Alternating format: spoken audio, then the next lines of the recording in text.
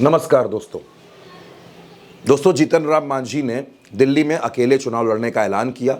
पशुपति पारस ने एनडीए छोड़ दिया। उधर से अजीत पवार ने दिल्ली में 11 सीटों पर प्रत्याशी उतार दिए। और अब बिहार में क्या हो रहा है वो मैं आपको बताता हूं।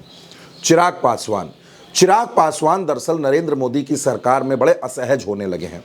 हाल ही में एक इंटरव्यू में चिराग पासवान से सवाल पूछा गया कि वो अपनी अगली राजनीति को किस तरह से देखते हैं, आगे क्या करने वाले हैं। तो चिराग पासवान ने कहा कि वो जरूर दिल्ली में बैठे हैं, लेकिन उनकी नजर बिहार पर है और आने वाले वक्त में वो विधानसभा का चुनाव भी लड़ेंगे। यानी चिराग पासवान के दिल में मुख्यमंत्री बनने की ख्वाहिश है। और हाल ही में उनके एक नेता हैं आदित्य पांडे, एलजेपी-आर युवा प्रकोष्ठ के प्रदेश उपाध्यक्ष हैं। उन्होंने कहा कि एलजेपी के तमाम कार्यकर्ता ये चाहते हैं कि बिहार के अगले मुख्यमंत्री चिराग पासवान ही बने। ये बयान आता है। इसके बाद क्या होता है? इसके बाद एलजेपी के बड़े ताकतवर नेता चिराग के करीबी हुलास पांडे के घर पर ईडी रेड मार देती है। कुछ ऐसे ही पहले भी ईडी की रेड्स पड़ी थी, पिछले साल भी पड़ी थी। और उसके बाद नीतीश कुमार पलटकर भारतीय जनता पार्टी के साथ आ गए थे, सरकार बदल गई थी और अब एक बार फिर रेड पड़ रही है। रेड कहां पड़ रही है? चिराग पासवान के करीबियों पर। क्यों पड़ रही है? क्योंकि चिराग पासवान के दिल की तमन्ना जो है वो बड़ी होती जा रही है और चिराग पासवान भी दिल्ली में चुनाव लड़ना चाहते हैं। और इस बीच चिराग पासवान अचानक दोस्तों बिहार की सरकार पर हमलावर हो गए हैं, सवाल खड़े कर रहे हैं। चिराग पासवान क्या सवाल खड़े कर रहे हैं वो मैं आपको बताता हूं। चिराग पासवान ने अपने ऑफिशियल एक्स से जो लिखा है, बिहार के युवाओं और बीपीएससी अभ्यर्थियों के मुद्दों को लेकर एनडीए सरकार के प्रमुख सहयोगी होने के नाते मैंने बिहार सरकार और माननीय मुख्यमंत्री नीतीश कुमार जी से तुरंत हस्तक्षेप करने की अपील की है, जिसके परिणाम स्वरूप सरकार की ओर से मुख्य सचिव, जो सरकार के सबसे बड़े अधिकारी होते हैं, उन्होंने अभ्यर्थियों और छात्रों के बीच संवाद की प्रक्रिया शुरू कर दी है। जल्द ही इस पहल के सार्थक परिणाम दिखेंगे।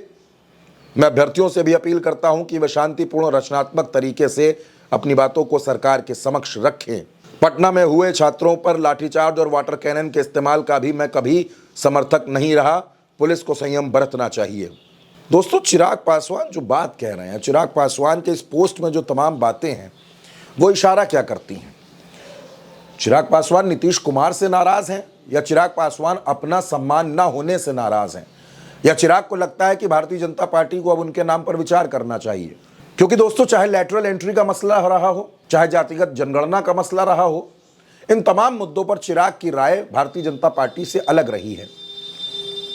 और अब दरअसल ये कहा जा रहा है कि चिराग पासवान ज्यादा तनाव में इस वजह से हैं क्योंकि उनके करीबियों पर छापेमारी की जा रही है, रेड पड़ रही है। तो क्या चिराग पासवान के दिल में भी कोई और प्लान काम करने लगा है? चिराग पासवान को भी लगने लगा है कि अब उनको अपनी राजनीति को बचाना होगा। क्योंकि दोस्तों भारतीय जनता पार्टी के साथ रहकर वो केंद्र में मंत्री बने रह सकते हैं, लेकिन बिहार की राजनीति, राज्य की राजनीति, जहां उनका सपना मुख्यमंत्री बनने का है, ऐसे में चिराग पासवान कैसे मुख्यमंत्री बनेंगे? कैसे वो अपनी पार्टी को मजबूत करेंगे?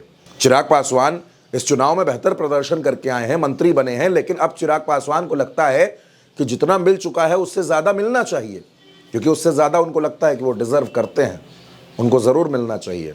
इसी वजह से ये सवाल है दोस्तों। और चिराग पासवान ने, खबर तो ये भी आ रही है, पटना के जो हमारे सोर्सेज हैं, जो पटना में पत्रकार हैं, खबर ये भी है कि चिराग पासवान ने अपनी पार्टी की एक इमरजेंसी मीटिंग कॉल की है।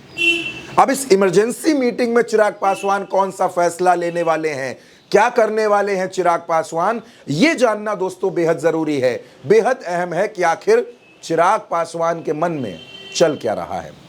तो दोस्तों आप क्या सोचते हैं? आखिर चिराग पासवान क्या कोई गेम करने वाले हैं? और अगर कोई गेम करने वाले हैं तो बिहार में नुकसान किसका करेंगे? इस खबर पर आपकी जो भी राय हो, आप अपनी राय हमें कमेंट बॉक्स में जरूर बताइएगा।